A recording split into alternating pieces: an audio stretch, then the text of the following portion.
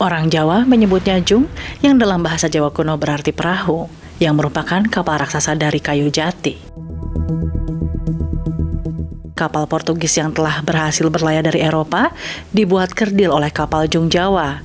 Ia menyebutkan kapal Portugis terbesar yang ada di Malaka pada 1511 yang bernama Anunciada terlihat tidak sebanding bila disandingkan dengan Jung Jawa.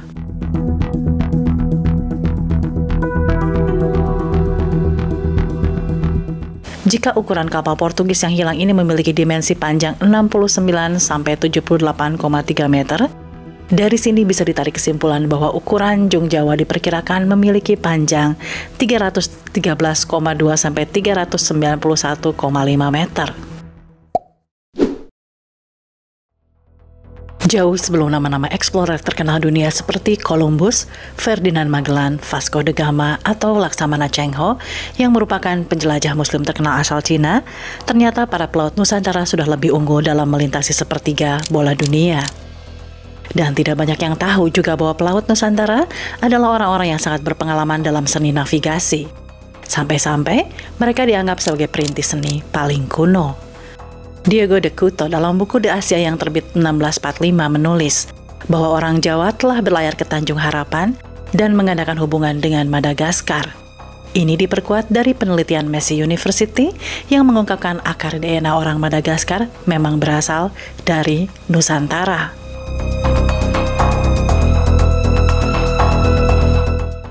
Sebelum teknologi pelayaran dikuasai bangsa Eropa, banyak orang yang kurang mempercayai bahwa pada masa lalu, Nusantara telah memiliki teknologi perkapalan yang sangat menakjubkan.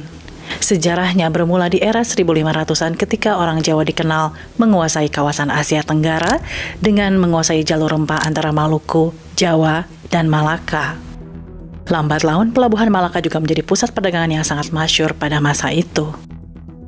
Dari terpusatnya perdagangan di pelabuhan Nusantara itulah yang menjadi dorongan bagi orang-orang pembuat kapal di Jawa untuk terus mengembangkan kapal-kapal besar demi ekspansi kawasan dagangnya.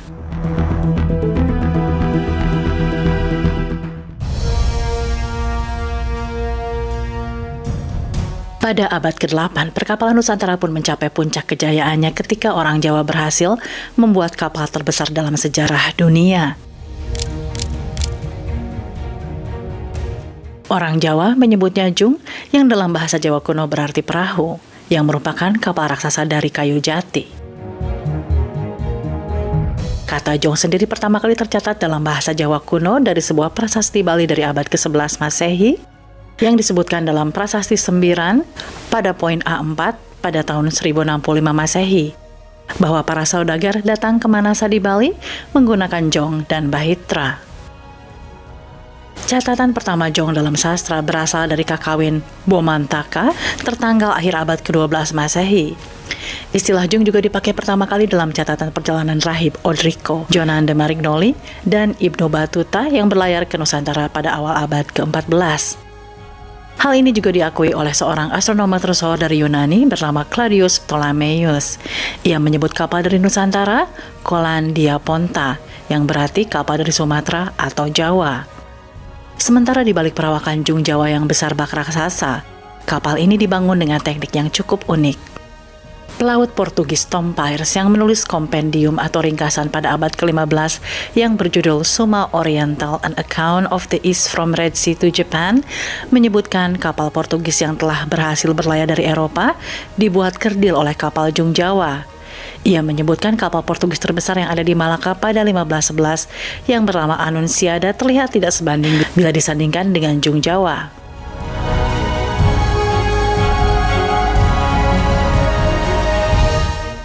Sedangkan menurut Irawan Djoko Nugroho dalam buku Majapahit Peradaban Maritim pada 2012 lalu memperkirakan ukuran Jung Jawa dimensi besarnya 4-5 kali dari kapal Flor de la Mar atau disebut sebagai Flower of the Sea, sebuah kapal terbesar yang dibuat di Lisbon, Portugal yang pernah hilang tenggelam beserta harta karun berharganya di area perairan Sumatera Utara, tepatnya di Selat Malaka, dan sampai hari ini belum ditemukan secara resmi.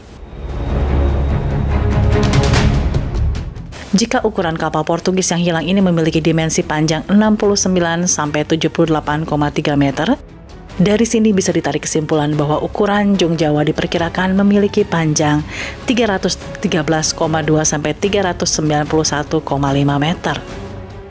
Sebelumnya, penjelajah Italia Niccolo de Conti yang melakukan perjalanan dari 1419 sampai 1444 mendeskripsikan kapal Jung mampu mencapai berat 2000 ton dengan 5 layar dan tiang dan mampu mengarungi Laut Jawa, Laut Cina hingga Teluk Benggala. Bukti kepiawaian orang Jawa dalam bidang perkapalan juga bisa ditemukan pada relief Candi Borobudur yang memvisualkan perahu bercadik yang belakangan dikenal dengan sebutan kapal Borobudur. Sebagaimana dikutip Anthony Reid dalam buku Sejarah Modern Awal Asia Tenggara. Layar Jung terbuat dari tikar tenunan yang diperkuat dengan bambu setidaknya dalam beberapa ratus tahun sebelum Masehi. Orang Tiongkok meniru layar jenis ini setelah mempelajarinya dari para pelaut Austronesia yang mengunjungi pantai selatan sekitar abad ke-12. Selain jenis layar ini, mereka juga membuat layar lug yang seimbang atau yang biasa disebut layar tanja. Penemuan layar-layar jenis ini membuat mereka berlayar hingga di sekitar pantai barat Afrika karena kemampuannya untuk berlayar melawan angin. Penulis dan penjelajah bangsa Portugis Duarte Barbosa melaporkan bahwa kapal-kapal dari Jawa yang memiliki 4 tiang sangat berbeda dari kapal Portugis. Terbuat dari kayu yang sangat tebal, dan ketika kapal tua, mereka memperbaikinya dengan papan baru. Dengan cara ini, mereka memiliki 3 hingga 4 papan penutup. Semuanya ditumpuk berlapis, ini yang menjadikan konstruksi kapal Nusantara sangat unik. Karena kapal Jung terdiri dari 4 buah kayu jati, catatan Gaspar menyebutkan bahwa kapal raksasa ini tidak akan mempan ditembak meriam yang terbesar. Jadi hanya ada 2 lapis papan yang bisa ditembus dari 4 lapis papan kapal tersebut.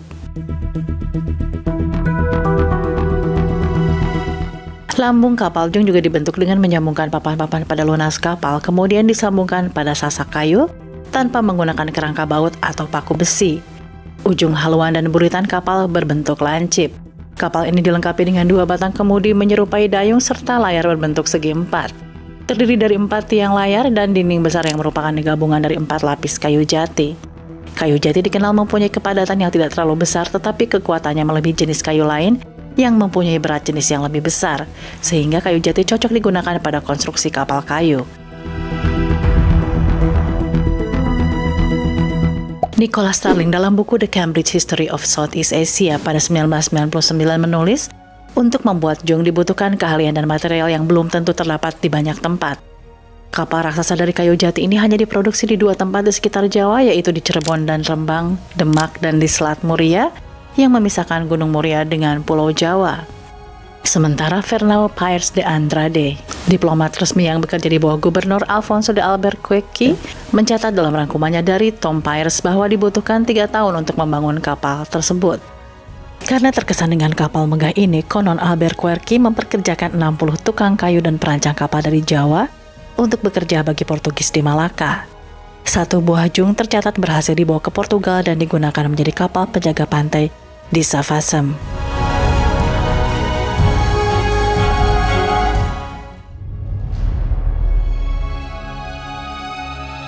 Meski diduga paling besar, Jung Jawa tentunya memiliki kelemahan. Bentuknya yang besar dan berat membuat kapal ini bergerak lamban. Berbeda dengan kapal Portugis yang lebih ramping hingga lebih mudah melakukan manuver. Sementara hilangnya tradisi maritim Jawa adalah akibat kebijakan kerajaan Jawa sendiri setelah kekalahan mereka terhadap Portugis dalam penyerbuan Malaka, yang kemudian lebih memusatkan pada kekuatan angkatan darat.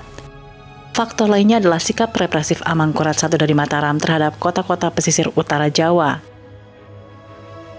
Pada 1655, Amangkurat I memerintahkan agar pelabuhan ditutup dan kapal-kapal dihancurkan agar mencegah kota-kota pesisir menjadi kuat dan memberontak. Ini juga menghancurkan ekonomi Jawa dan kekuatan maritimnya yang dibangun sejak zaman Medang sampai Majapahit dan mengubah Mataram menjadi negara agraris. Seperti yang dicatat Rendra F. Kurniawan pada 2009 lalu sebagai kebijakan represif Mataram yang paling memukul kota-kota pesisir. Kondisi itu juga semakin diperburuk ketika VOC mulai menguasai pelabuhan-pelabuhan pesisir di pertengahan abad 18. VOC melarang galangan kapal membuat kapal dengan tonase melebihi 50 ton dan menempatkan pengawas di masing-masing kota pelabuhan. Dan ini juga adalah salah satu faktor bagi Nusantara untuk tidak membuat kapal besar lagi.